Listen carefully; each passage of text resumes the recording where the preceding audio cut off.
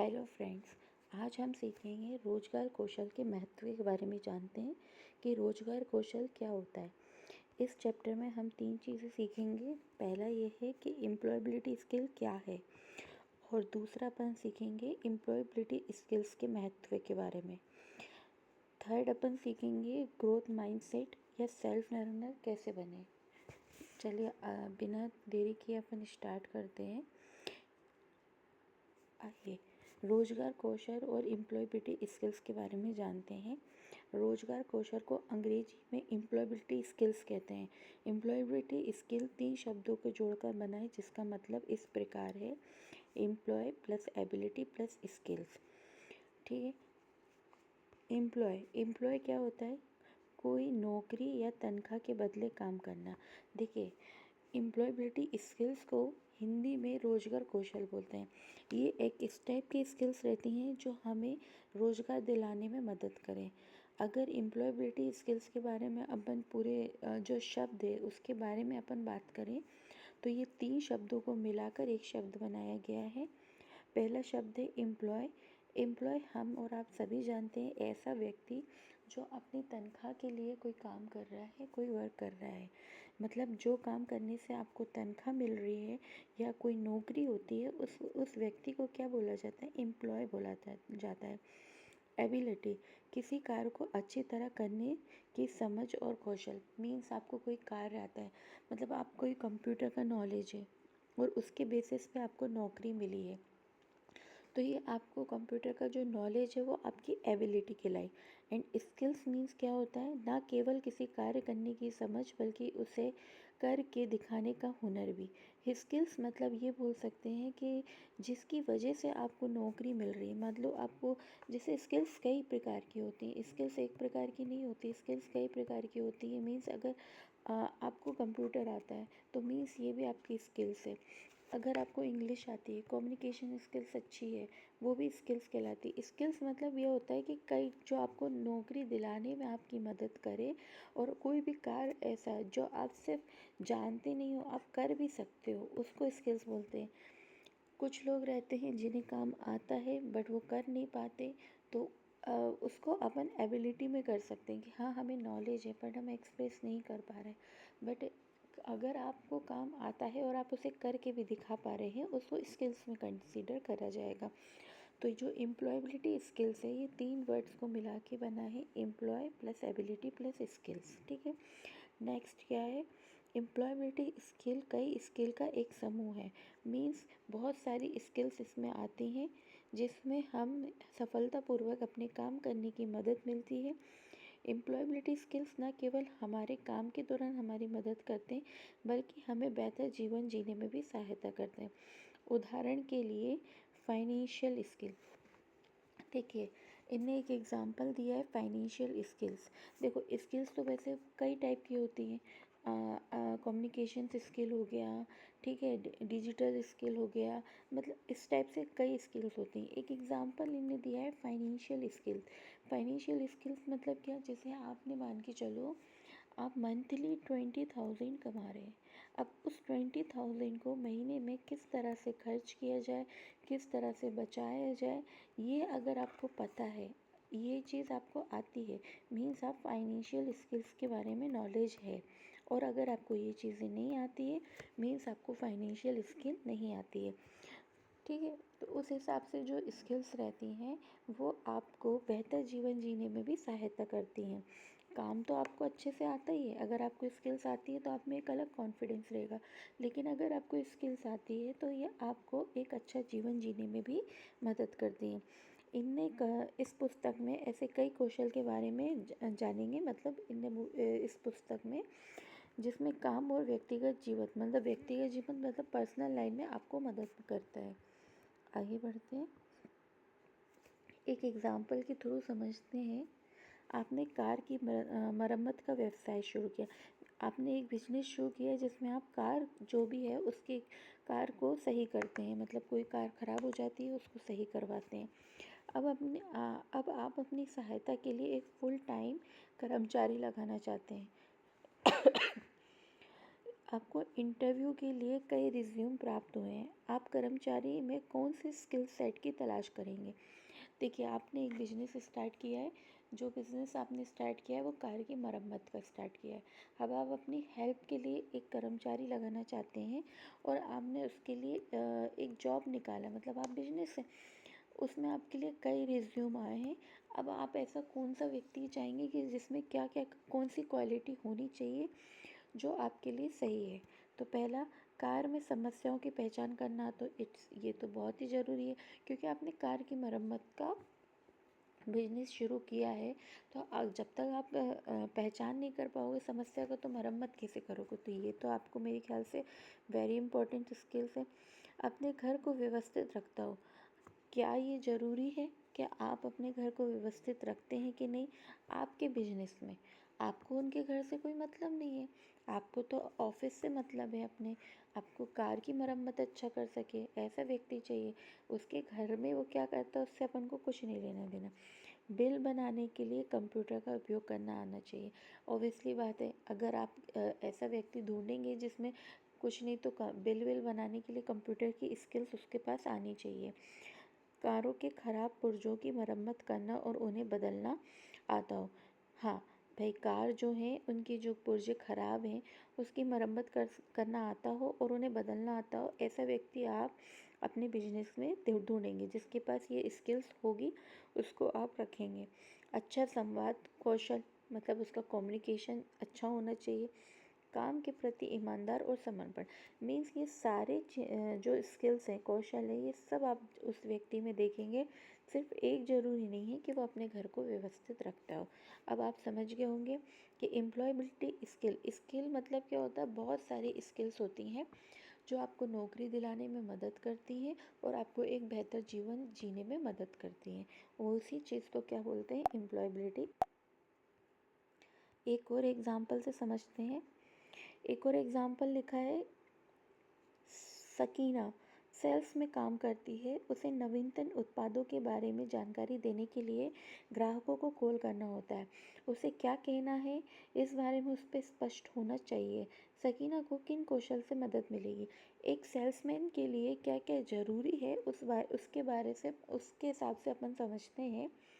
ठीक है। डिजिटल साक्षरता उसके लिए इम्पॉर्टेंट है, क्योंकि वो कम्युनिकेशंस कर रही है, कॉलिंग के थ्रू काम कर रही है, तो ये इम्पॉर्टेंट है। और अच्छा संवाद, ये तो बहुत ही ज़्यादा ज़रूरी है। या मनी मैनेजमेंट सकीना का काम नहीं है। उसको सिर्फ क्या करना है, जो नवीनतम उत्पादों के बारे में उसे ग्राहकों के लिए जानकारी देना, वो भी कॉल पे देना है। तो मनी मैनेजमेंट उसके कौशल को नहीं भी रहेगा तो भी उसके लिए कोई मतलब नहीं है उसका। और ना ही टाइम मैनेजमेंट का भी सकीना का इससे कुछ लेना देना नहीं रहेगा। ठीक है। आइए एम्प्लॉयबिलिटी स्किल्स के महत्व के बारे में जानते हैं।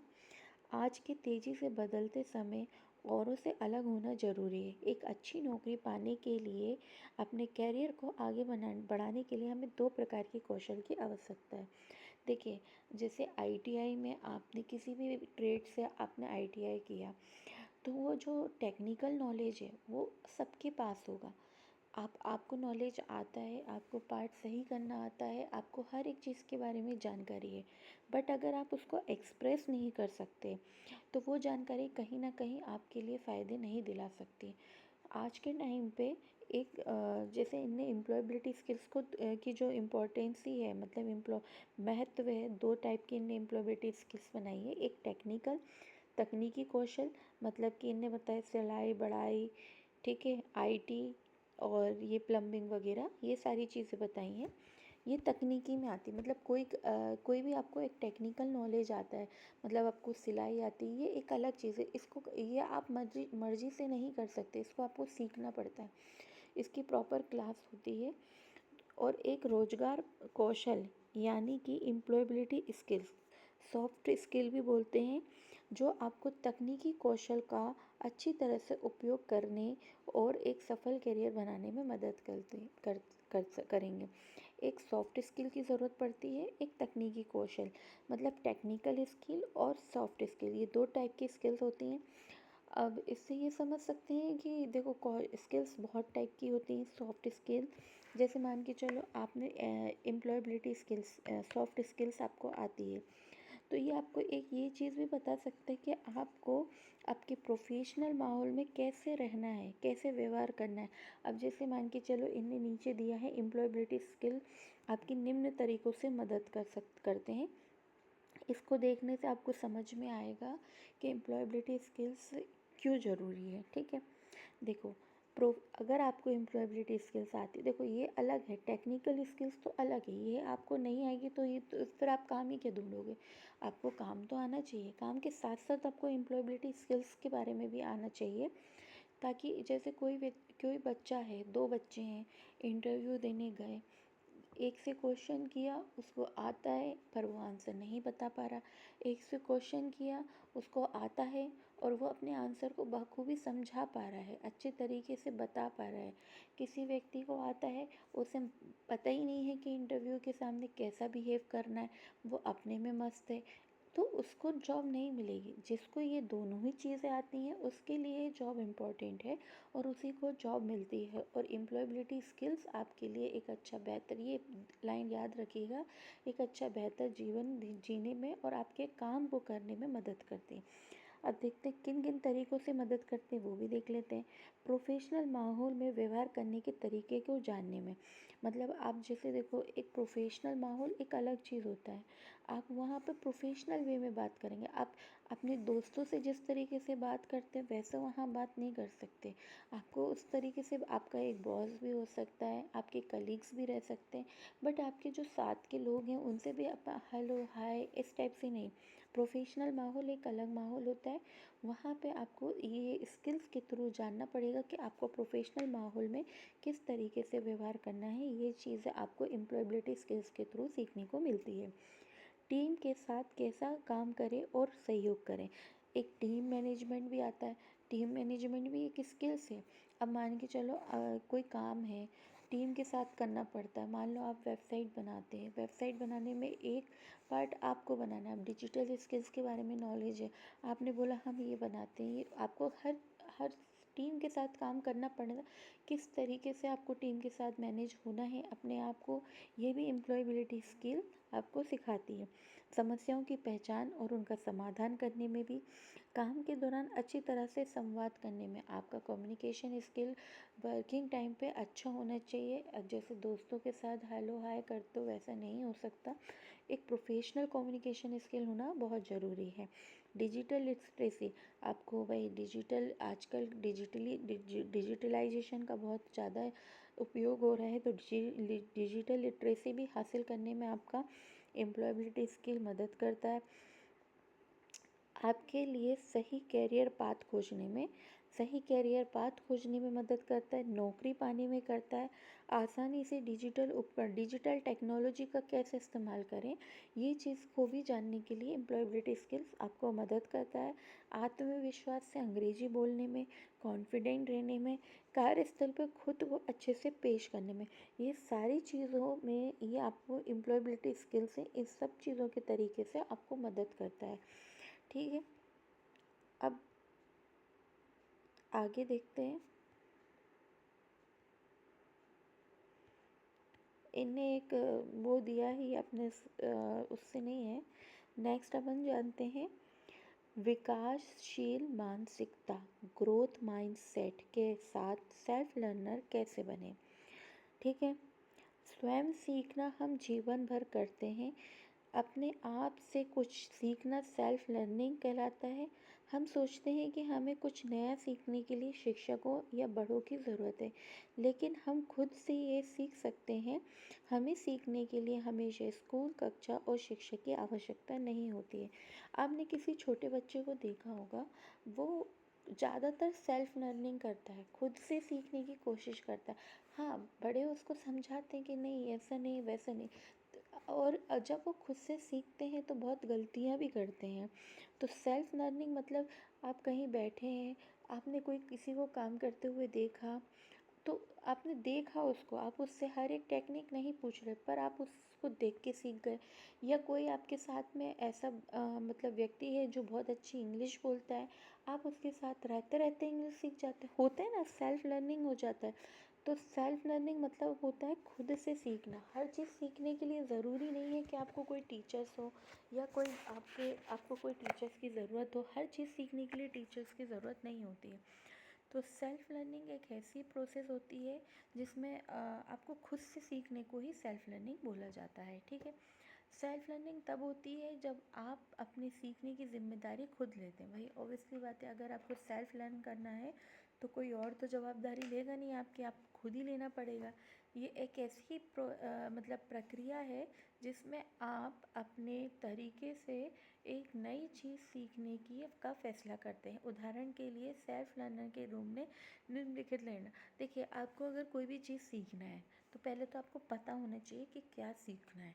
सेल्फ लर्नर बनने के लिए भी अगर आपको कोई भी मतलब कुछ भी चीज़ आप सीखना चाहते हो तो सबसे पहले आपको ये तो पता होना चाहिए भैया कि हमें सीखना क्या है और भाई क्यों सीखना है। ज़बरदस्ती तो हर चीज़ नहीं सीखना रहता, उसका कुछ रीज़न रहता है। कैसे सीखना है फिर आप वो देखोगे, कब सीखना है उसका एक टाइम देखोगे कि भैया जैसे आप मान के चलो आप किसी भी फंक्शन में पार्टिसिपेट करना चाहते हो, ठीक है, तो आपको डांस सीखना है। तो क्या सीखना है, आपने माना कि हमें यहाँ डांस सीखना है। क्यों सीखना है, क्योंकि आपको पार्टिसिपेट में फंक्शन में पार्टिसिपेट करना है। कैसे सीखना है वो चीज़ आपको सर्च करनी पड़ेगी। कब सीखना है, एक टाइम बनाओगे भैया कि हाँ दिन भर तो नहीं सीखते रहोगे, एक टाइम बनाओगे। कितनी तेज़ी से सीखना है ये तो आपको टाइम बताएगा कि आपको कब परफॉर्म करना है। तो उस हिसाब से मैंने एक एग्जांपल लिया है डांस का, ठीक है।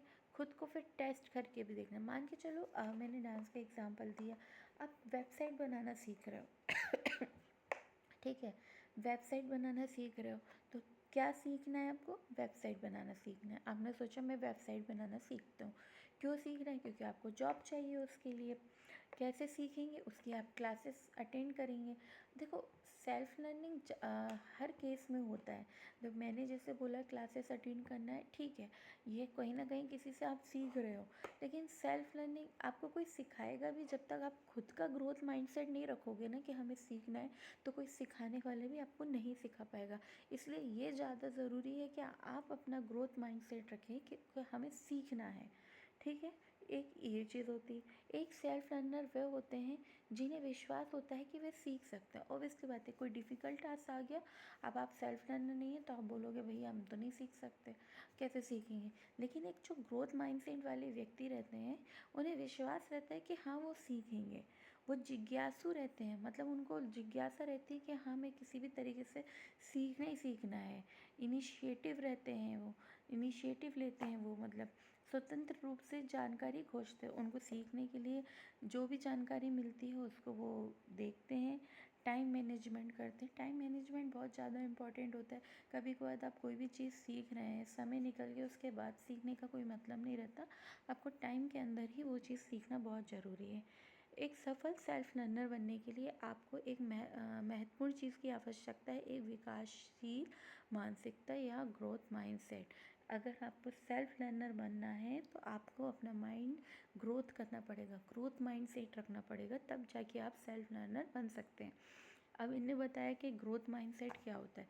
अब जब से बोल रहे हैं सेल्फ लर्नर ग्रोथ माइंडसेट, ये देख लेते हैं। ग्रोथ माइंडसेट एक होता है ग्रोथ माइंडसेट, एक होता है फिक्स्ड माइंडसेट। जिसे बोलते हैं हिंदी में ग्रोथ माइंडसेट को विकासशील मानसिकता और फिक्स्ड माइंडसेट को स्थिर मानसिकता। ये दोनों आपस में अपोजिट होते हैं। जो ग्रोथ माइंडसेट वाले और फिक्स्ड माइंडसेट वाले, इन दोनों में आपस में ये सब अपोजिट रहते हैं। ग्रोथ माइंडसेट वाले व्यक्ति हमेशा बढ़ने, बदलने और सीखने के लिए तैयार रहते हैं। देखो, जो ग्रोथ है, बढ़ता जा रहा है, ऑब्वियसली बात है वो बढ़ेगा, बढ़ेगा तो फिर बदलेगा भी, और बदलेगा तो सीखेगा भी नया। और फिक्स्ड माइंडसेट वाले लोग जो व्यक्ति रहते हैं वो अड़ियल हैं, वे आसानी से नहीं बदल सकते या नए विचारों को अपना कर खुद को बेहतर नहीं होने दे सकते।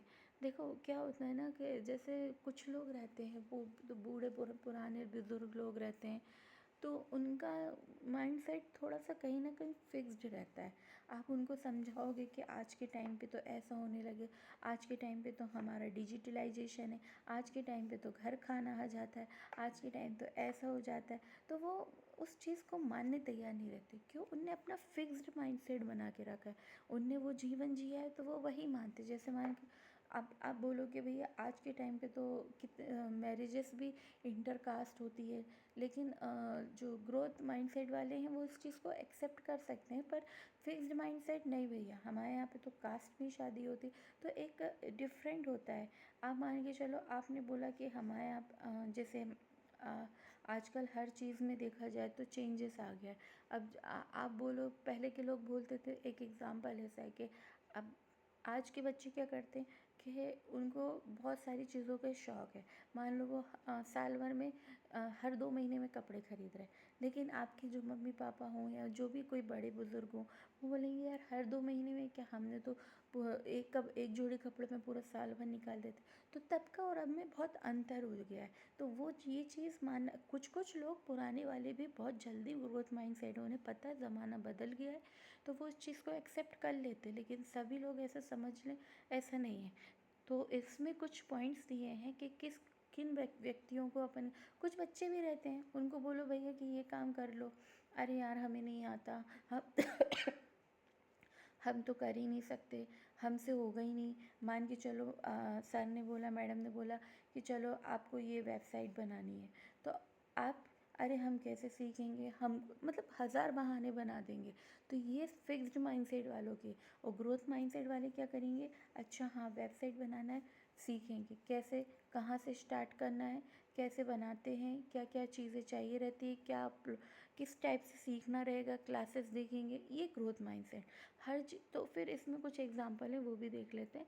मैं ये कर सकता हूँ या सकती हूँ, गलतियाँ होना आम बात है भाई, ग्रोथ माइंडसेट वालों के साथ गलतियाँ हमेशा होती ही होती हैं, क्योंकि आप जब तक सीखोगे नहीं तो आपसे गलती होगी ही नहीं। और आपको जो आता है, आपका माइंड ही फिक्स है, आपको सीखना ही है, तो आपसे गलती होने का नाम ही नहीं होता।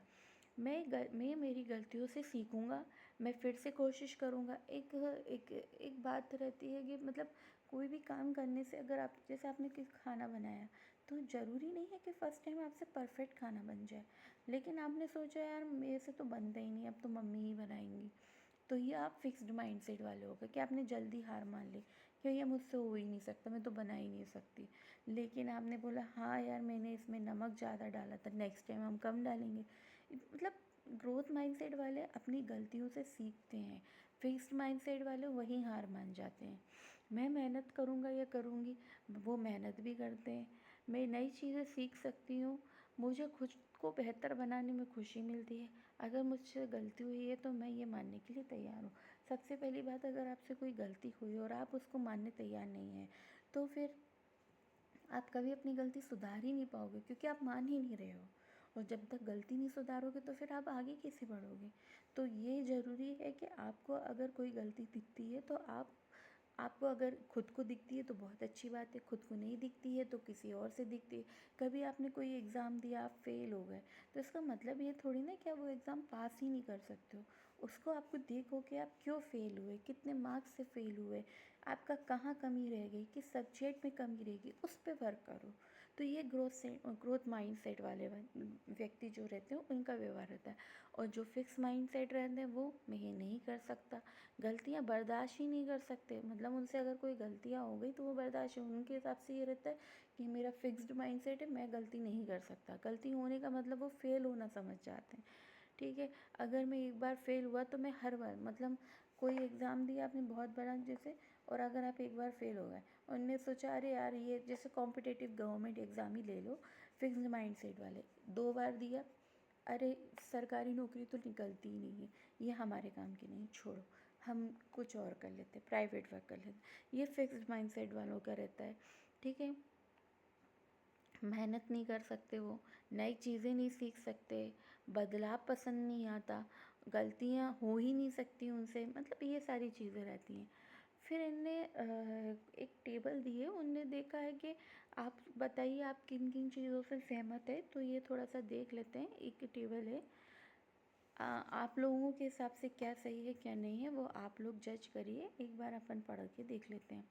मैं एक उत्सुक व्यक्ति हूँ। मैं जिन चीज़ों के बारे में जानना चाहती हूँ उसे मैं एक बार गूगल करके देखती हूँ। आपको एम्प्लॉयबिलिटी स्किल्स के बारे में जानना है तो अगर आपको नहीं पता तो आप गूगल करके तो देखते ही होगे, यूट्यूब पे देखते होगे। तो ये एक ग्रोथ माइंडसेट वाले व्यक्ति की है, क्योंकि वो जिज्ञासु है, उन्हें जानना है। ठीक है, मेरा मानना है कि बार बार अभ्यास से मैं खुद को सुधार कर सकती हूँ। हाँ, ऑब्वियसली बात है, कोई भी काम पहली बार में परफेक्ट हो जाए ये चीज़ ज़रूरी नहीं है। आपने जैसे मान के चलो, आपने सुना कि एम्प्लॉयबिलिटी स्किल्स कहाँ क्या होती है, आपने समझ लिया। ज़रूरी नहीं है कि आपको एक ही बार में समझ में आए, आप उसको दोबारा से भी समझोगे तो भी आएगा। और जितनी प्रैक्टिस करते हैं, आपने कोई मैथ्स का क्वेश्चन लगाया, मैथ्स के क्वेश्चन रहते हैं, आपने सॉल्व किया, पहली बार सॉल्व किया आपको नहीं बना, दूसरी बार किया, तीसरी बार किया, ऐसे कर करके आप उसमें अपने आप में सुधार ले आते हैं। मेरा मानना है कि असफलता हमें सिखाती है। ऑब्वियसली बात है, अगर आप सक्सेसफुल नहीं हुए हैं तो आपको हताश होने की ज़रूरत नहीं है।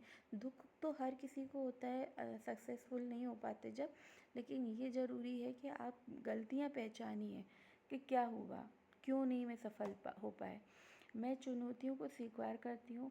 जब मैं दूसरों को सफल होते देखती हूँ तो मुझे प्रेरित या इंस्पायर करती। कभी आपने देखा कि आपके फ्रेंड की जॉब लग गई तो आप उससे जल रहे हैं, तो ये आप फिक्स्ड माइंडसेट वाले व्यक्ति हैं, आप ग्रोथ वाले नहीं। लेकिन आपने उससे पूछा, भाई आपने कितने घंटे पढ़ाई की, कैसे की, कहाँ से रिसोर्स इकट्ठे करे, किन से पढ़ा, कैसे पढ़ा, तो ये एक ग्रोथ माइंडसेट वाले, आप उससे इंस्पायर हुए हैं कि भैया हाँ, वो आगे निकल सकते हैं तो हम भी निकल सकते हैं। अगर उनने जॉब ली है तो हम भी ले सकते हैं, उनने सीखा है तो हम भी कर सकते हैं। ये आपके अगर मन में है तो आप एक ग्रोथ माइंडसेट वाले व्यक्ति हैं। मेरा मानना है कि फीडबैक मिलना सीखने का एक अवसर है। जाहिर सी बात है, जब तक आपने कोई काम किया और कोई आपको बताए ही नहीं कि आपने काम क्या किया, कैसा किया, तो आप कैसे समझ पाओगे कि आपको और आगे क्या सीखना है, क्या सुधार कर सकते हो। तो फीडबैक बहुत ज़्यादा इम्पोर्टेंट है किसी भी व्यक्ति।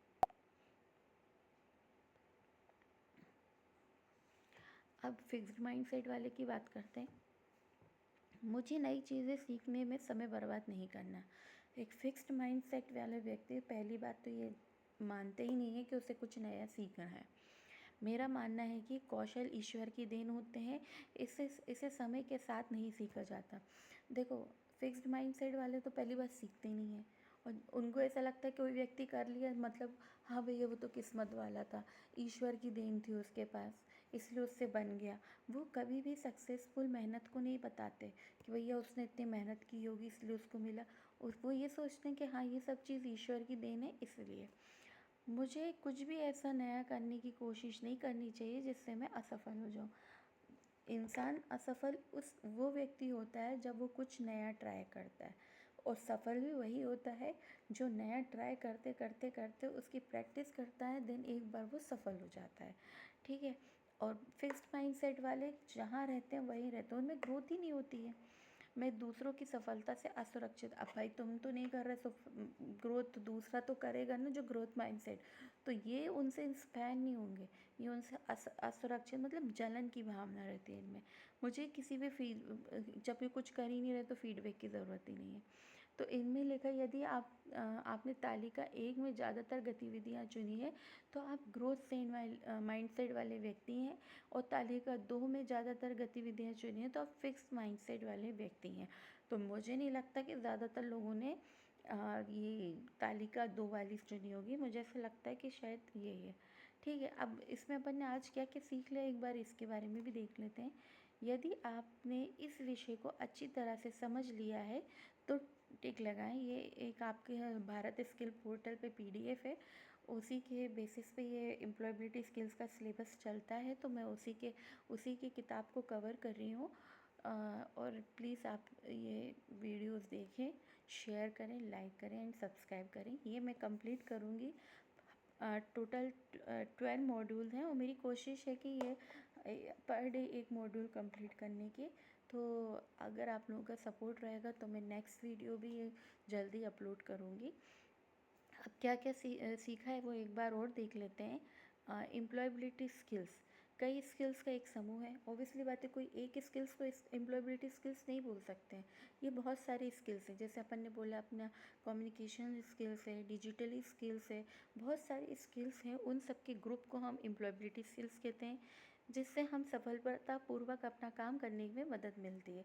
सारे स्किल्स जो आपको आते हैं, जैसे आपको अच्छी इंग्लिश बोलना आती है, ठीक है, टाइपिंग स्किल्स आती है, तो जैसे टीम वर्क आता है आपको, तो एम्प्लॉयबिलिटी स्किल्स बहुत, ये सारी चीज़ें आती हैं, तो ये आपको मतलब काम करने में मदद करती हैं एम्प्लॉयबिलिटी स्किल। बहुत से सुपरवाइज़र नौकरी खोज रहे व्यक्ति की तकनीकी कौशल के अलावा अन्य कौशल के आधार पर अंतिम निर्णय लेते हैं। जैसे मान के चलो, मैंने आपको एक एग्जांपल दिया कि दो स्टूडेंट हैं, दोनों स्टूडेंट बराबर के ही कॉम्पिटिटर हैं, दोनों को नॉलेज बराबर ही है, लेकिन इंटरव्यूअर हमेशा सिर्फ एक चीज़ नहीं देखता है कि आपको टेक्निकल नॉलेज है, वो ये चीज़ भी देखता है कि आपको सॉफ्ट स्किल आती है। अब ये सारी ग्रुप है, एम्प्लॉयबिलिटी स्किल्स का ग्रुप है। मान के चलो आपको अपनी चीज़ें एक्सप्रेस करना ही नहीं आता। जैसे अपन ने सबसे पहले एक एग्जांपल दिया था कि अरे व्हीकल्स मैकेनिक वगैरह का सुधारने का अपन ने एक एग्जांपल दिया। अब आपको कम्युनिकेशन स्किल्स ही नहीं आती। अब आपको अगर कस्टमर कोई चीज़ बता रहा है, आप समझ ही नहीं पा रहे हो, और या तो आप अपनी बात उसको समझा ही नहीं पा रहे हो, तो आपका टेक्निकल स्किल्स कोई मतलब का नहीं है, वो सिर्फ आप तक ही है। वो आपके आप ही बस उसका रख के भी क्या करोगे। तो इसलिए स्किल्स दो टाइप के होते हैं, और दोनों स्किल ज़रूरी है। बहुत सारे जो इंटरव्यूअर रहते हैं, वो किसी भी व्यक्ति को नौकरी देने के पहले ये दोनों स्किल्स देखते हैं। सेल्फ लर्निंग ओबियसली बात है, जो ग्रोथ माइंडसेट वाले जो व्यक्ति रहते हैं, वो अपने जीवन में सीखने और अपने करियर को आगे बढ़ाने में के अवसर प्रदान में मदद मिलती है, प्राप्त करने में मदद मिलती है। सेल्फ लर्निंग मतलब ये होता है कि कोई भी चीज़ से सीखना। ऐसा भी होता है कि आप किसी व्यक्ति में बुराई देखते जा रहे हो, अरे भाई उसमें कुछ अच्छा ही है, वो आप गेन कर लो। कोई भी व्यक्ति है, जैसे मान के चलो उसमें उसका कम्युनिकेशन स्किल है, तो आप उसको देख के उसका कम्युनिकेशन स्किल सीख लो। कोई व्यक्ति है उसकी बॉडी लैंग्वेज अच्छी है, तो आप उसको देख के उसकी बॉडी लैंग्वेज सीख लो। तो सेल्फ लर्निंग खुद से होती है, और ज़रूरी नहीं है ये सब चीज़ें आपको हर कोई व्यक्ति आके हर एक क्लास में सिखाए। ये आप कुछ चीज़ें देख देख के भी सीख लेते हैं। सेल्फ लर्नर बनने के लिए ग्रोथ माइंडसेट ज़रूरी है, ये हम पढ़ चुके हैं। ठीक है, ये जो है ये भी देख लेते हैं। ऑनलाइन रोज़गार कौशल सीखना। ठीक है, अब अपन सेकंड जो पढ़ना है वो ई लर्निंग के बारे में पढ़ना है। आज के टाइम पे ई लर्निंग का बहुत ज़्यादा इम्पोर्टेंस है। ई लर्निंग क्या होता है, ई लर्निंग के फ़ायदे क्या हैं, एम्प्लॉयबिलिटी स्किल्स के लिए ई लर्निंग पोर्टल कैसे लॉगिन करें, ये सब चीज़ें अपन इस चैप्टर में समझते हैं। ठीक है, आइए, ई लर्निंग क्या है सबसे पहले ये जानते हैं। देखिए, कोविड 19 जो आया था, जब लॉकडाउन लगा था, तो ये ऑलमोस्ट पूरे इंडिया में क्या पूरे वर्ल्ड में लगा था लॉकडाउन। तो उस समय का जो दौर था वो आज हम सब ने देखा है। तो उस समय के दौर में क्या था कि आपकी टचिंग वाली ज़्यादा थी, कि आप एक दूसरे को कम से कम छुएं, एक दूसरे का सामान कम लें, मास्क का यूज़ करें, ये सारी चीज़ थी। तो उस समय ज़्यादातर जो उभार के आया है वो इलेक्ट्रॉनिकली देखा जाए, डिजिटली ज़्यादातर हुआ है ना। तो वो चीज़ देखते हैं। कोविड-19 महामारी ने पूरी दुनिया में सीखने के तरीकों को बदल दिया है। अभी की तरह कई शिक्षार्थी यानी लर्नर्स ने ऑनलाइन कक्षाओं, यूट्यूब वीडियो और अलग अलग ऐप आदि के माध्यम से ऑनलाइन सीखना शुरू किया है। देखो, क्लासेस बंद हो गई थी, स्कूल कॉलेजेस बंद थे, तो ज़्यादातर बच्चे वगैरह सब काय से सीखते थे, यूट्यूब से सीखते थे। ठीक है, यूट्यूब से सीखेंगे, ऑनलाइन सर्च करेंगे, तो ये सबसे ज़्यादा ये ऑनलाइन प्लेटफॉर्म सबसे ज़्यादा उभर के कोविड-19 के बाद ही आया है। ठीक है, ऑनलाइन शिक्षण मतलब जो ऑनलाइन आप एजुकेशन ले रहे हो या ऑनलाइन जो शिक्षा आप प्राप्त कर रहे हो, उसी को बोला जाता है ई लर्निंग। ठीक है, जिसके लिए हमें क्या क्या ज़रूरत है। देखो ऑनलाइन अगर आपको सीखना है तो आपको क्या क्या चाहिए, किन किन चीज़ों की ज़रूरत पड़ेगी, ये चीज़ उनने पूछा है। देखो कंप्यूटर तो होना चाहिए या मोबाइल होना चाहिए, ठीक है, टैबलेट होनी चाहिए, या ऐसा कोई भी डिवाइस जिससे आप इंटरनेट को जोड़ सकते हो। तो ये चीज़ें अगर आपके पास मोबाइल है, इंटरनेट, आप यूट्यूब से सीख लोगे, गूगल करके सीख लोगे। तो ये दो चीज़ें बहुत ज़्यादा इम्पॉर्टेंट है कि कोई भी ऐसा एक डिवाइस हो और एक इंटरनेट हो। तो ये अगर आपके पास है तो आप ऑनलाइन शिक्षा ले सकते हैं। ई लर्निंग की मदद से किसी भी समय और कहीं भी पढ़ाई की जा सकती है। अब ऐसा भी मैंने देखा है कि पहले तो टाइम रहता था भैया कि 9 बजे जाना है कोचिंग, अगर 9 से 10 हो गया तो 9 से 10 का 1 घंटे का जो लेक्चर चला गया गया, फिर आप अपने फ्रेंड के आगे पीछे हाथ जोड़ते फिरोगे कि आप बता दो, ठीक है। लेकिन ई लर्निंग के लिए क्या है, आपको ज़रूरी नहीं है कि उतना तैयार होना और वहाँ जाना, आप कहीं से भी अपने आप सीख सकते हो, घर पे भी रह के आप सीख सकते हो। आजकल तो बच्चे ऐसा हो गए हैं कि घर में बैठे हैं, मस्त खा रहे हैं, घूम रहे हैं, फिर रहे हैं, आराम से वो लेक्चर कान में लगा के ऑडियो सुनते रहते हैं कि क्या चीज़ है, ठीक है। दूसरी बात, हम किताबों और कक्षाओं की सीमा से आगे जाकर अलग अलग तरीक़ों से सीख रहे हैं। और अब जैसे यही है पीडीएफ है, ये पीडीएफ से मैं आपको बता रही हूँ। अब आप अगर नहीं पता होता, आपको डिजिटलाइजेशन नहीं पता होता, ई लर्निंग क्या होती है आपको नहीं पता होता, तो आप नोट्स बनाते, लिखते। और वैसे नोट्स बनाना बहुत अच्छी बात है, जो बच्चे नोट्स बनाते हैं उनको लिखने से क्या होता है कि ब्रेन में वो चीज़ आपकी ऐड हो जाती है। लेकिन फिर भी अब जैसे नहीं हो पा रहा, आप नहीं बना पा रहे नोट्स, तो पीडीएफ से पढ़ लो, ऑडियो से सुन लो, वीडियो देख लो, ऑनलाइन लेक्चर देख लो। ये सारी सुविधा जो है उसका उपयोग कर सकते हैं। और ये कहीं ना कहीं बिजनेस स्किल्स भी है। भाई जो वीडियो प्रोवाइड करा रहे हैं वो किसी किसी न किसी आपको एक तरीके से कम या ज़्यादा कुछ भी एक फ़ीस के बेसिस पे वीडियो दे रहे हैं। तो ये बिजनेस भी हो गए, कई ऐसी एप्लीकेशंस हो गई, कई ऐसे यूट्यूब से चैनल्स हैं जिसमें आप ये सब सीख सकते हैं, ठीक है। नेक्स्ट अपन देखते हैं, ई लर्निंग के फ़ायदे के बारे में जानते हैं। ई लर्निंग के फ़ायदे क्या हैं? ई लर्निंग केवल आपके कॉलेज या पढ़ाई के दिनों के लिए नहीं है। ऑनलाइन शिक्षा से आप ऐसे कौशल सीख सकते हैं जो आपको अपना काम बेहतर तरीके से करने में मदद करते हैं। आप ये आपके पूरे करियर के दौरान चलने वाली प्रक्रिया हो सकती है।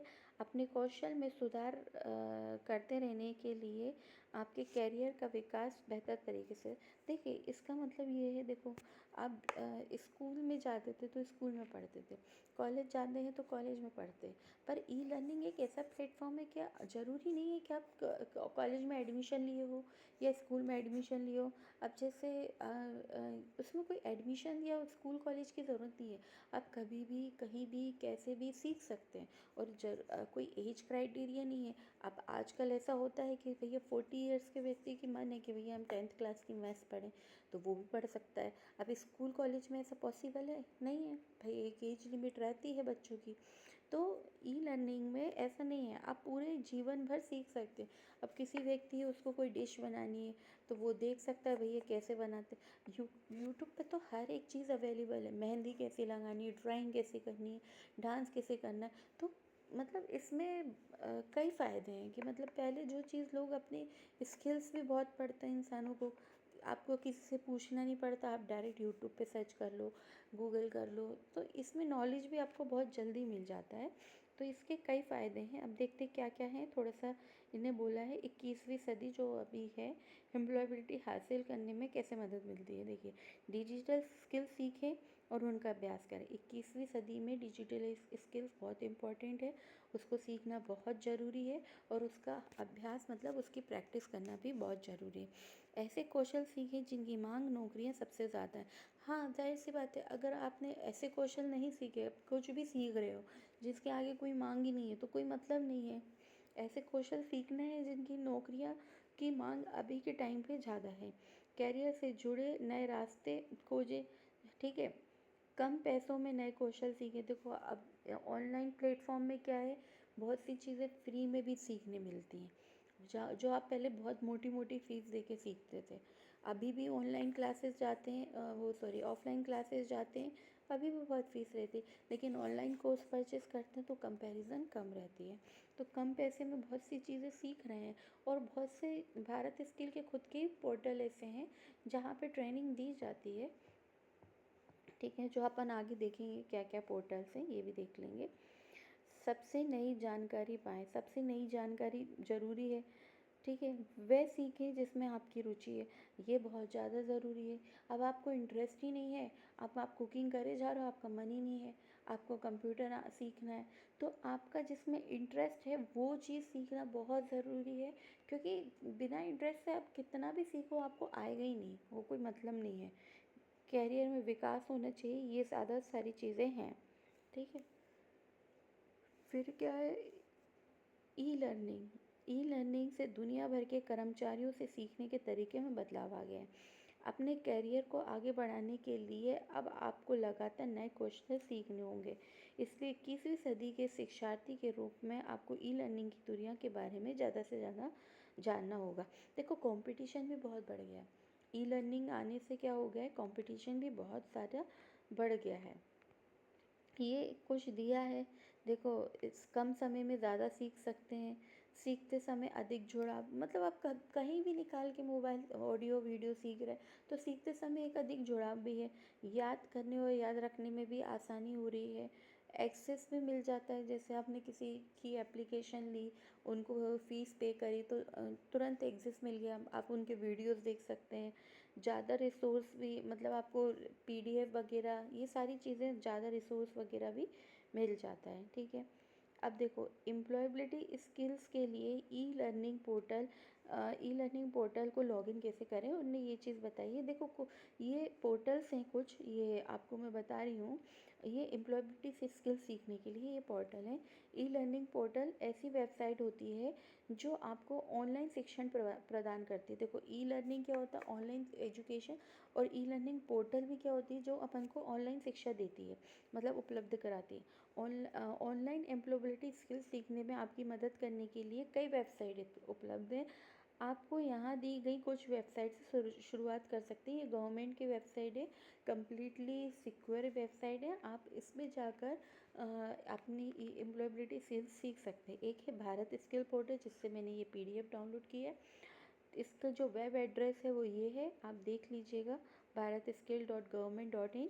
यहाँ से आप क्या सीख सकते हैं, एम्प्लॉयबिलिटी स्किल्स के लिए ऑनलाइन पाठ या अध्ययन सामग्री, मतलब आपकी किताब वगैरह, वर्कबुक वगैरह, ये सारी चीज़ें इंग्लिश में भी हैं, हिंदी में भी है, एंड अदर लैंग्वेज में भी उपलब्ध है भारत स्किल पोर्टल पे।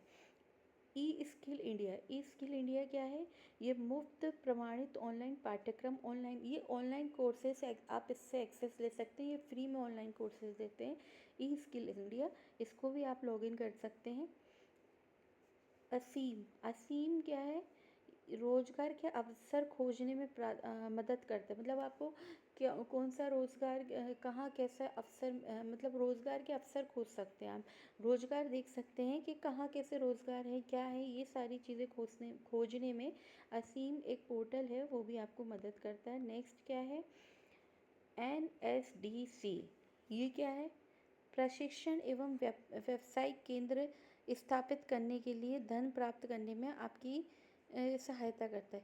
ये प्रशिक्षण, मतलब आप ये एक तरीके से व्यावसायिक केंद्र वगैरह जहाँ पर रहते हैं, जहाँ स्किल सिखाई जाती है, वहाँ से आप जा रहे हो, सीख रहे हो, और फिर पैसे भी मिल रहे हैं, ये सारी चीज़ों के बारे में जानकारी नीमी पोर्टल है। ये क्या है, इसमें आपको स्टडी मटेरियल मिल जाएगा, ठीक है, क्वेश्चन बैंक के फॉर्म में मिल जाएगा, ठीक है।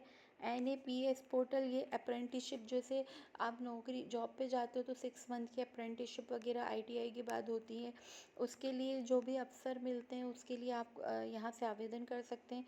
और क्या क्या स्कीम पोर्टल, क्या क्या सरकारी योजनाएं चल रही हैं, वेलफेयर स्कीम के बारे में जानकारी आप स्कीम पोर्टल से ले सकते हैं। तो ये कुछ पोर्टल्स हैं गवर्नमेंट की, जिसको आप लॉगिन करके ये सारी जानकारी ले सकते हो, ये चीज़ इनमें दिया है, ठीक है। अब इसमें ये भी दिया है, एम्प्लॉयबिलिटी स्किल्स सीखने के लिए कई तरह के ई पोर्टल्स उपलब्ध हैं। इनमें से किसी एक में लॉगिन करके देखें। आइए आईटीआई छात्रों के लिए सबसे उपयोगी पोर्टल में से एक है भारत स्किल पोर्टल के बारे में जानते हैं। भारत स्किल पोर्टल आईटीआई के स्टूडेंट के लिए बहुत ज़्यादा इंपॉर्टेंट है। यहाँ सभी ट्रेड्स के एक तरीके से पूरे कंटेंट आपको मिलेंगे, रिसोर्स मिलेंगे, कहीं और जाने की ज़रूरत नहीं है। भारत स्किल पोर्टल पे हर एक ट्रेड के कंटेंट अवेलेबल है। तो इनने बताया कि आप उसको कैसे लॉगिन कर सकते हैं, तो वो चीज़ बताया। उन्होंने बोला है इंटरनेट कनेक्टिविटी चाहिए, आपके पास एक इंटरनेट कनेक्टिविटी चाहिए। फिर आप गूगल क्रोम खोलें और वहाँ पर ये पोर्टल है, जो पोर्टल का एड्रेस है bharatskill.government.in टाइप करना है। फिर आपको इंटर करना है। फिर आपको ये सारी चीज़ें दिखाई जाएगी, CITS ये सब ऐसा दिखाया जाएगा। ठीक है। आपको ट्रेनिंग लेनी है तो ट्रेनिंग में जाइए, अप्रेंटिसशिप करनी है अप्रेंटिसशिप में जाइए, CTS भी इसमें आप जाएंगे तो भारत स्किल के रिसोर्स मिल जाएंगे। ट्रेनिंग में शामिल होने के लिए अपनी पसंद की ट्रेनिंग कोर्स को क्लिक करिए कि आपको कौन सा किस चीज़ में ट्रेनिंग चाहिए, उस पर क्लिक करिए। विभिन्न पेशों से जुड़े कौशल सीखने के लिए ITI ब्लेंडेड लर्निंग पे क्लिक करिए और जो कोर्सेज हैं उस पर आप लर्निंग करिए, खुद को रजिस्टर करिए। ऐसे यूज़र नेम आएगा, मतलब आप यूज़र नेम बनाइए, पासवर्ड बनाइए, अपना ईमेल डालिए, अगेन डालिए, क्रिएट करिए अकाउंट। फिर उसके बाद आप लॉगिन करिए। पहले यहाँ पर आप क्या कर रहे हैं, आप अपना अकाउंट क्रिएट कर रहे हैं और देन यहाँ पे क्या कर रहे हैं आप, यहाँ हाँ ठीक है कोई बात नहीं। यहाँ आप क्या कर रहे हैं, देखिए ये आपका यूज़र नेम आप बना रहे हैं। अभी आप पहले न्यू अगर आप हैं तो आपको पहले ये करना होगा, और आप ओल्ड हैं तो आप डायरेक्ट यहाँ से लॉगिन कर सकते हैं और यहाँ से भी आप साइन अप कर सकते हैं। ठीक है। उसके बाद ये जो पाठ्यक्रम है ये सब दे के रखा है, देखो ये दे के रखा है, हिंदी इंग्लिश, आप अच्छे से देख लीजिए। ये सारी चीज़ें रखी हैं, आप इसको देख सकते हैं। अपना पासवर्ड बहुत आसान मतलब आसान रखें ताकि आपको याद रहे। अपना लॉगिन आईडी और पासवर्ड यहाँ लिख लें ताकि इसे भूलें नहीं। मतलब इनकी जो बुकिंग ने सब बोला है कि इसमें लिख सकते हैं। तो अभी अपन ने क्या क्या सीखा वो चीज़ देखते हैं। ई लर्निंग का मतलब है डिजिटली उपकरण जैसे कंप्यूटर, स्मार्टफोन, टैबलेट आदि की मदद से ऑनलाइन शिक्षण प्राप्त करना। सिंगल एक लाइन में उन्होंने बता दी ई लर्निंग क्या होता है। जो आप मोबाइल के थ्रू ऑनलाइन जो भी चीज़ें सीखते हैं उसको ई लर्निंग कहते हैं। ई लर्निंग हमारे डिजिटल कौशल में सुधार करने के साथ साथ नौकरी खोजने में भी हमारी मदद करते हैं। ऑब्वियसली बात है, आप जैसे वर्क फ्रॉम होम वगैरह भी चल रहा है, आप खोज सकते हैं डिजिटली। इसमें ई लर्निंग में हमें 21वीं सदी में आगे बढ़ने की मदद मिलेगी। 21वीं सदी में ई लर्निंग बहुत ज़्यादा, ठीक है। ऑनलाइन एम्प्लॉयबिलिटी स्किल सीखने के लिए विभिन्न तरह के ई लर्निंग पोर्टल मौजूद हैं, जैसे भारत कौशल, NSDC, NAPS, NAPS मतलब NIMI, निमी, ये सारी चीज़ें हैं। ठीक है। तो आपने इसमें ये सीख लिया। अब आपका नेक्स्ट चैप्टर है 1.3 भविष्य में कामकाज की दुनिया। इसमें अपन को क्या सीखना है, कोविड-19 के बाद जॉब मार्केट की खोज, भविष्य की नौकरियां और काम, भविष्य में काम के लिए आप में कौन से कौशल होने चाहिए, ये सारी चीज़ें देखते हैं। देखिए चलो पढ़ते हैं आगे। अपन क्या करते हैं, ये देखो एक मिनट, देखो कोविड-19 के बाद दुनिया कभी फिर पहले जैसी नहीं होगी। होगी क्या, आपको लगता है क्या? नहीं होगी, क्योंकि GPay चलने लगा, गूगल पे चलने लगा। पहले कैश में सब लेन देन होता था, अभी होता है नहीं होता। हालात 2 साल में वापस सामान हो जाएंगे। एक नई दुनिया, नई तरीके से नौकरियां, काम करने की नई स्थिति बनेगी। ये सब चीज़ें तो हो ही गई हैं वैसे भी। कोविड-19 महामारी के बाद जॉब मार्केट के बारे में जाने। ठीक है। कोविड-19 महामारी ने पूरी दुनिया को जैसे रोक सा दिया था। स्कूल, ऑफिस, कॉलेज, दुकानें लंबे समय तक बंद रहे। कई लोगों की नौकरियां चली गई और कुछ ने तो अपनों को भी खो दिया। लोगों ने पहले कभी ऐसी स्थिति नहीं देखी होगी। ऑब्वियसली बात है, ये बात सच है भाई। स्कूल भी बंद थे, कॉलेज भी बंद थे, और कोविड-19 एक ऐसी बीमारी थी जिसमें कई लोगों की जान भी चली गई।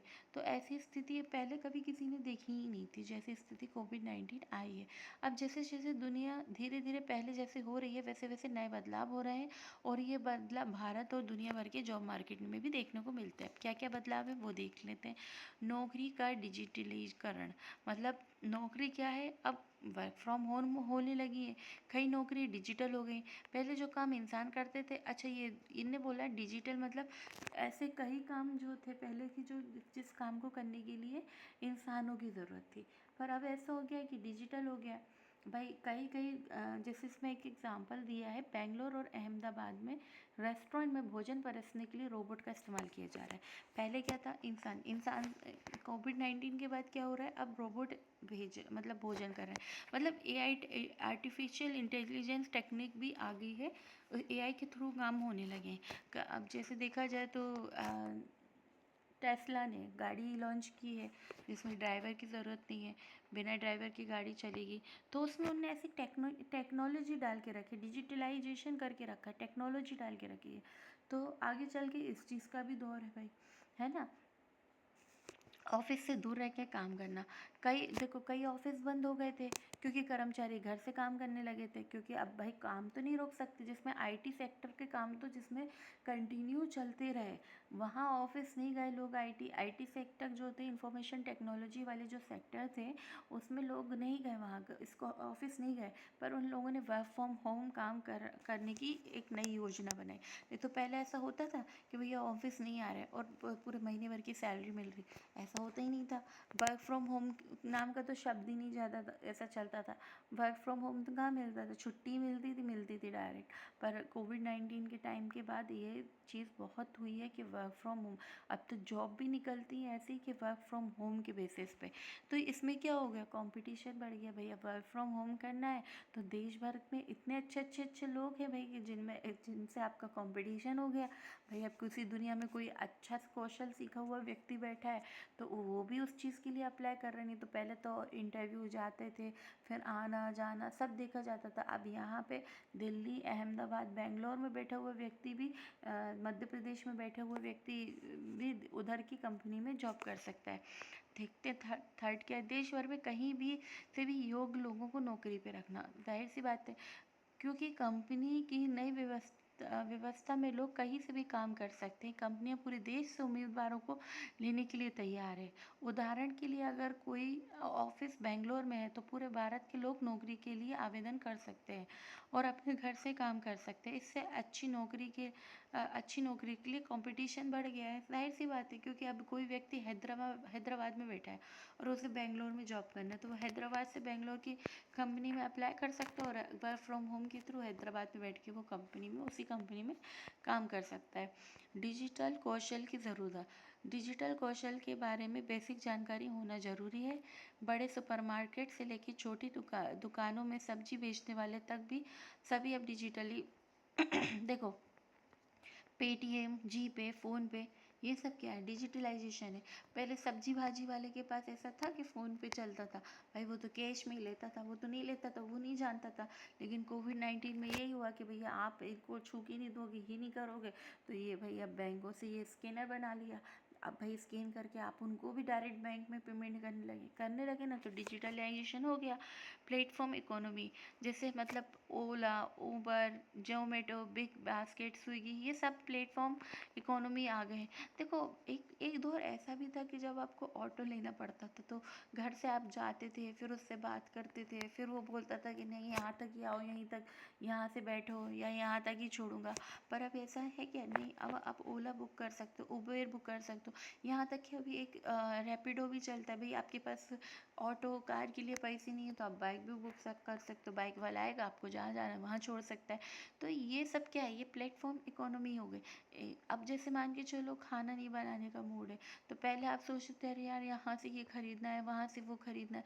अब आपका मान लो स्वीट्स खाने का मन भी है, आपका मान लो चाइनीज़ खाने का मन है, खाना खाने का मन है, तो आप फिर ऐसे पूरी दुकानों पे ढूंढ के जाना पड़ता। पर अब आप ऐसा है कि आप ज़ोमेटो से बुक कर लो, ज़ोमेटो वाला क्या करेगा, उन दुकान से पूरा आपका जो भी सामान है वो कलेक्ट करके आपको घर ला देगा। तो ये सब क्या हो गया, प्लेटफॉर्म इकोनॉमी भी आ गया। तो ये अभी आगे तक चलना है, जाहिर सी बात है। अब ये हरित नौकरी है, ये बहुत इंपॉर्टेंट है, ग्रीन जॉब, इससे क्वेश्चंस आते हैं। ये 21वीं सदी में एक नया रोजगार क्षेत्र है, मतलब न्यू रोजगार है। हरित नौकरियां, ग्रीन जॉब्स ऐसी नौकरियां हैं जो प्रदूषण को कम करने और पर्यावरण तथा गृह को सुरक्षित करने में मदद करती हैं। ऐसी भी कई नौकरियां हैं ठीक है। ऐसी नौकरियों को सरकार से सब्सिडी के माध्यम से ज़्यादा सहायता मिलती, क्योंकि अभी क्या है, बहुत ज़्यादा प्रदूषण होता जा रहा है, तो उसके लिए ये हरित नौकरियां बहुत ज़्यादा इम्पोर्टेंट है। आइए काम की दुनिया और भविष्य के बारे में थोड़ा सा जान लेते हैं। पिछले कुछ सालों में भारत में उद्योगों में तेजी से विकास हुआ है।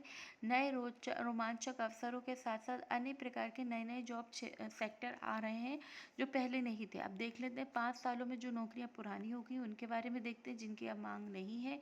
वो क्या है, एसटीडी बूथ आपको कहीं नहीं मिलेगा। आप कोई मतलब नहीं है, इतने सारे एंड्रॉयड फ़ोन चलने लगे, तो एसटीडी बूथ अगर किसी ने खोला है तो वो तो बेकार ही हो गया। फ़ोटो स्टूडियो, भाई मोबाइल में इतने अच्छी अच्छी फ़ोटोज़ हैं, तो वो भी अब बिजनेस नहीं चलता है। अब जैसे शादी वगैरह में है, आप ऐसा बुक कर ले, तो बाकी नहीं है मेरे को नहीं। ऑडियो कैसेट ये तो बिल्कुल ही डाउन हो चुका है। एक एसटीडी बूथ और ऑडियो कैसेट ये तो अब आपको कहीं नहीं मिलेगा। पहले मिलता था ये सब। कैंची में धार देना ये सब नहीं, अब तो इतने सारे इक्विपमेंट आ गए हैं, आपको अब कैंची और इस सब में धार दान। साइकिल की मरम्मत ये भी नहीं, ये भी पुराना हो चुका है। अब जो अभी आई है वो देखो, ओला, उबर ड्राइवर, रैपिडो, ये तो बहुत ज़रूरी हो गए, चल ही रही हैं। स्विगी, जोमेटो, ये भी अभी नई आई है, ये पहले कहाँ थी। मोबाइल रिपेयर, क्योंकि सबके पास एंड्रॉयड मोबाइल है तो रिपेयर की दुकान चलेगी। और यूट्यूबर, ये सबसे ज़्यादा हो गया आजकल। जिसे देखो वो ब्लॉगिंग बना के यूट्यूब पे डालता है। तो ये ऐसी जो नौकरियां हैं जो 5 साल में नहीं मौजूद नहीं थी, 5 साल का दौर पहले नहीं थी। अब देखो, आने वाले वर्षों में निम्नलिखित क्षेत्रों में तेजी से बढ़ोतरी होने की संभावना है। इनमें कुछ ऐसे क्षेत्र भी बताए हैं जिसमें आने वाले वर्षों में बहुत तेजी से बढ़ोतरी होने की संभावना है। देख लेते हैं। ऑनलाइन रिटेल, ऑब्वियसली बात है।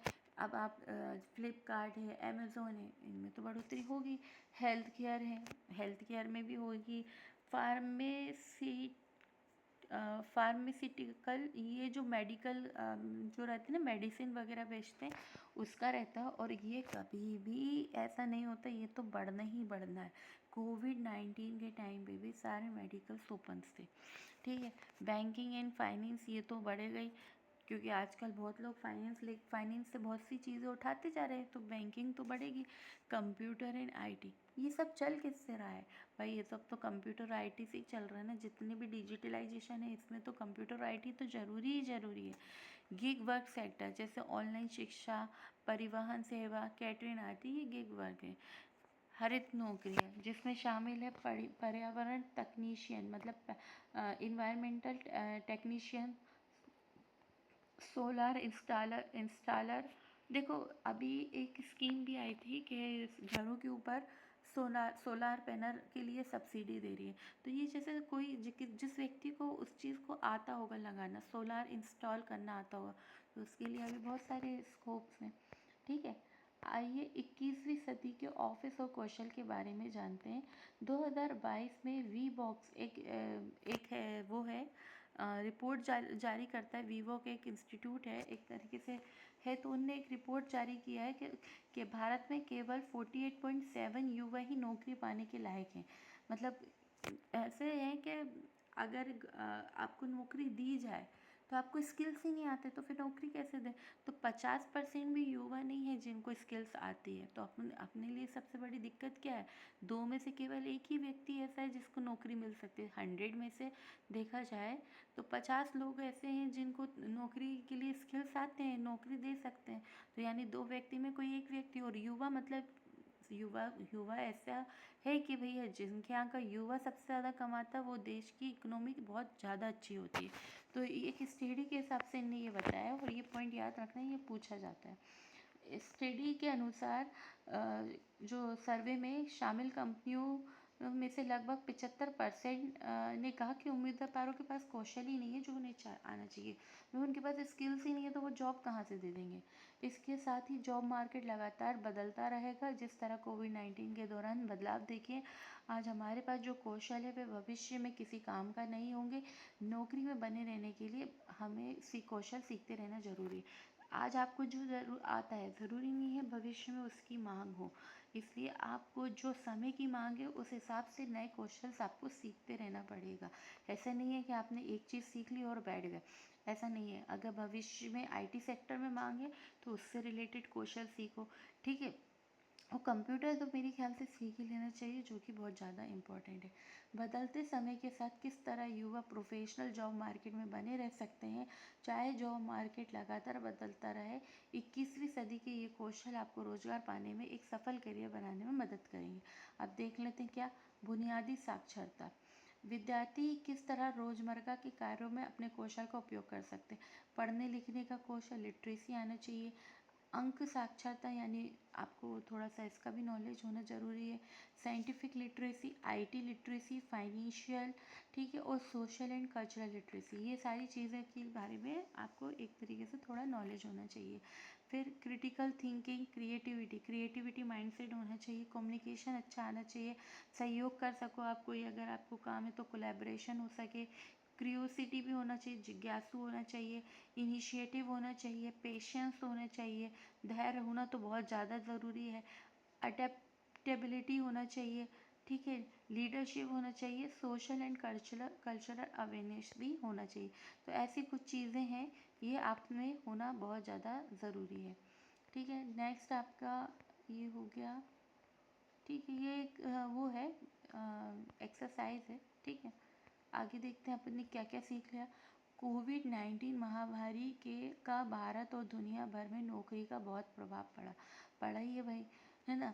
कुछ नौकरियां उपयोग से बाहर हो गई, जबकि बहुत सी नौकरियां जॉब मार्केट में आएंगी। कुछ जाहिर सी बात है, अब वर्क फ्रॉम होम हो गया तो नौकरियां भी बहुत बढ़ गई। 21वीं सदी में कौशल अच्छा रोजगार पाने के लिए एक सफल करियर पाथ बनाने की ज़रूरत है।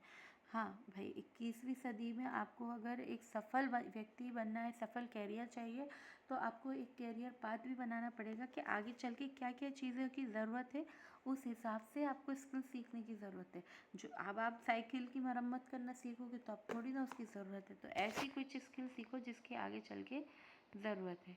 चलिए ठीक है, ये नेक्स्ट जो है वो मैं नेक्स्ट वीडियो में अपलोड करूँगी, ठीक है। आप लोगों से रिक्वेस्ट है कि अगर वीडियो अच्छा लगा तो प्लीज़ इसको लाइक एंड सब्सक्राइब करें और चैनल को शेयर ज़रूर करें। अगर आप लोगों का सहयोग रहेगा तो मैं हर एक डे में हर एक चैप्टर कंप्लीट करूँगी। Thank you so much.